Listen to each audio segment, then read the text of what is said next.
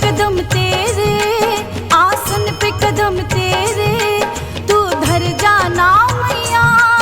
अब के नवरातों में मेरे घर आना मैया, अब के नवरातों में मेरे घर आना मैया।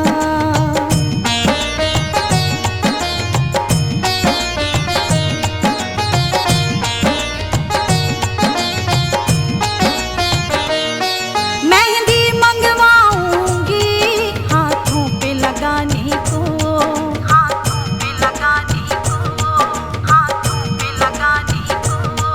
चुनरी भी लाऊंगी तेरे सर पे सजाने को, तेरे सर पे सजाने को, तेरे सर पे सजाने को।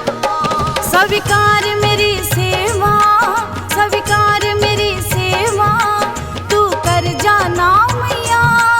अब के नवरातों में मेरे घर आना मैया, अब के नवरातों में मेरे घर आना मैया।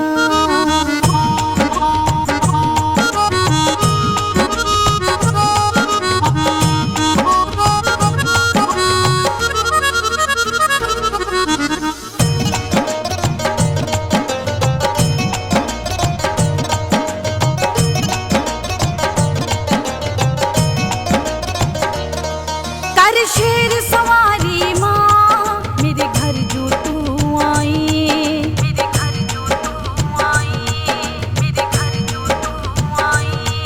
जगदेव के जीवन की हर बात माँ बन जाई, हर बात माँ बन जाई, हर बात माँ बन जाई। खुशियों से मेरी झोली, खुशियों से मेरी झोली, तू भर जाना मैया।